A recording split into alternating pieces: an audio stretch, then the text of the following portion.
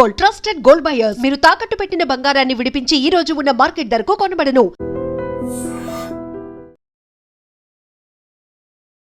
జాతీయ గీతం జనగణమన అలాగే మువ్వన్నెల జెండాను అవమానిస్తే ఎంతటి శిక్ష ఉంటుందో మనందరికీ తెలుసు.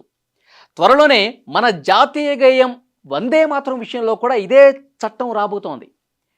వందే మాతరం ఆలపించకుండా అడ్డుకున్నా, దాన్ని అవమానించిన 3 ఏళ్ల వరకు జైలు శిక్ష విధించేలా కేంద్ర ప్రభుత్వం ఒక సరికొత్త బిల్లును తీసుకొస్తోంది. రాబోయే పార్లమెంటు వర్షాకాల సమావేశాల్లోనే ఈ బిల్లును ప్రవేశపెట్టేందుకు కసరత్తు జరుగుతోంది.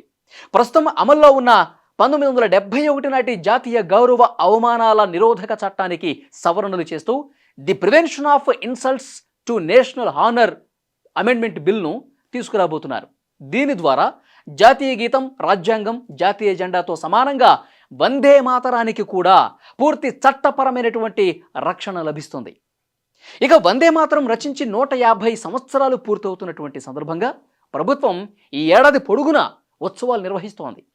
ఈ నేపథ్యంలోనే జాతీయ గేయానికి మరింత ప్రాధాన్యత కల్పించే విధంగా కేంద్రం అడుగులేస్తోంది. ఈ ఏడాది ఫిబ్రవరిలో కేంద్ర హోంశాఖ అన్ని రాష్ట్రాలకు కీలక ఆదేశాలు జారీ చేసింది. జాతీయ గీతాన్ని ఆలపించే అధికారిక కార్యక్రమాల్లో ఇప్పుడు వందే మాతరాన్ని కూడా తప్పనిసరిగా పాడాలని స్పష్టం చేసింది. ఈ నిర్ణయం వెనుక రాజకీయ వ్యూహాలు కూడా ఉన్నాయని కొంతమంది మేధావులు, విశ్లేషకులు చెప్తున్నారు. ఈ పాటను బెంగాలీ నవలా రచయిత బంకించంద్ర చటోపాధ్యాయ 1875లో రాయగా 1882లో ఆయన రాసిన ఆనందమఠ్ నవలలో ఇది ప్రచురితమైంది. సరిగ్గా బెంగాల్ అసెంబ్లీ ఎన్నికలకు ముందు ఈ ఉత్తర్వులు రావటం రాజకీయ దుమారమే రేపింది. ఆ ఎన్నికల్లో బీజేపీ ఘన విజయం సాధించింది. అక్కడ తొలిసారి ప్రభుత్వం కూడా ఏర్పాటైన విషయం తెలిసిందే. తాజాగా హోంశాఖ రాష్ట్రాలకు మరొక లేఖ రాస్తూ అధికారిక కార్యక్రమాల్లో జాతీయ గీతం కంటే ముందే జాతీయ గేయం వందే మాతరాన్ని ఆలపించాలని, పైగా వందే మాతరంలోని మొత్తం 6 చరణాలను కూడా సుమారు 3 నిమిషాల 10 సెకండ్ల పాటు ఉంటుంది. ఆ 6 చరణాలను కూడా పూర్తిగా పాడాలని ఆదేశించింది. వందే మాతరంలోని అన్ని చరణాలను పూర్తిగా పాడాలన్న ఈ నిర్ణయం వెనుక ఒక సుదీర్ఘమైన రాజకీయ చరిత్ర కూడా ఉంది. 1937లో జవహర్లాల్ నెహ్రూ నేతృత్వంలోని కాంగ్రెస్ పార్టీ వందే మాతరంలోని మొదటి 2 చరణాలను మాత్రమే ఆలపించాలని నిర్ణయించింది. ఈ పాటలోని తర్వాతి చరణాల్లో హిందూ దేవతల ప్రస్తావన ఉండటం వల్ల ముస్లిం వర్గాల నుంచి అభ్యంతరాలు వ్యక్తం కావటమే దీనికి కారణం.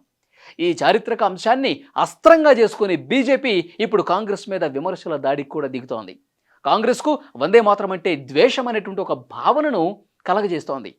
ముస్లిం లీగ్ ఒత్తిడికి తలొగ్గి నెహ్రూ ఈ జాతీయ గేయాన్ని 2 ముక్కలు చేశారని, కేవలం 2 చరణాలు ఉన్నప్పటికీ కాంగ్రెస్ నేతలు దాన్ని పాడటానికి నిరాకరించేవారని ఆయన విమర్శలు చేసినటువంటి పరిస్థితి. సో ఈ బిల్ ఇప్పుడు వస్తున్నటువంటి నేపథ్యంలో మళ్ళీ రాజకీయంగా పరిస్థితులు వేడెక్కే సిచ్యువేషనే కనిపిస్తోంది. అక్కడ ఆ వందే మాతరం గేయంలో ఉన్నటువంటి పదాలు కొన్ని అభ్యంతరకరంగా ఉన్నాయని గతంలోనే కాంగ్రెస్ పార్టీ చెప్పింది. బీజేపీ వ్యతిరేక పార్టీలు, విపక్ష వర్గం మొత్తం కూడా మరొకసారి ఆందోళన చేసే పరిస్థితి. పార్లమెంట్లో ఈ బిల్లు మళ్ళీ గనక వస్తే రణరంగమే కనిపించే పరిస్థితి ఉంది. సో చూడాలి ఏం జరగబోతుందన్నది.